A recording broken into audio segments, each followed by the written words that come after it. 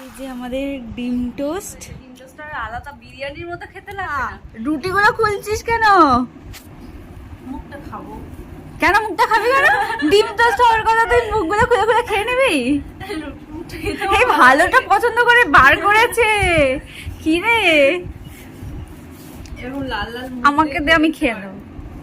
না, আমাকে তাহলে একটু দে।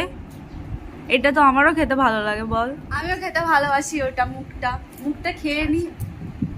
মুখটা খেয়ে নিয়ে তারপর ডিম টোস্ট হবে। তাই হচ্ছে, পুরো রুটিটাই তো পড়ে আছে। আর শক্ত শক্ত রুটিটা। টান লাগছে। ভালো না মনে হচ্ছে। ওর থেকে আমাদের এখন রুটি হলো, রুটি করে চিৎকার করলো, ওর কাছ থেকে নিলে ভালো।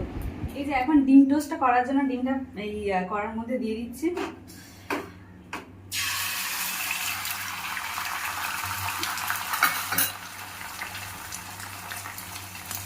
ডিমটা এরকম হয়ে গেল কেন? ডিমটাকে পুরো কড়া ছড়াতে হবে তো।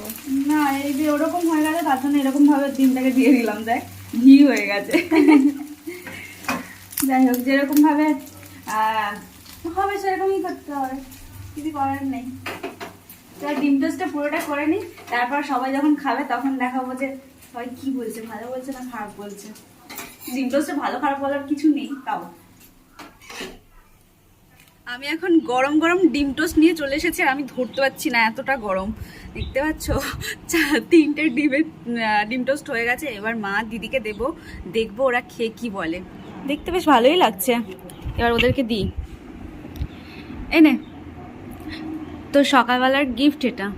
গিফট? Yes, gift. মা খাও। তার একটু সস নিই পাশে। সস নিবি? 3 দিনের খাবার কি? সস নিয়ে নে। সস দিয়ে ডিম টোস্টটা খেতে ভালোই লাগে, বল। হ্যাঁ, খা, খেয়ে একটু বল কেমন হয়েছে। হ্যাঁ, একটা গোটা রুটি তোল। সবই বড়, ছোট কোনটা?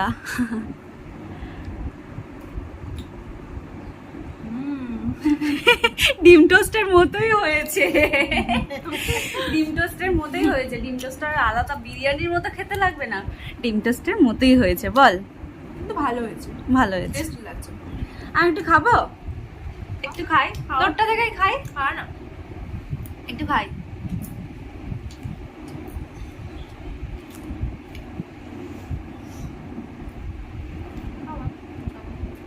ভালো হয়েছে।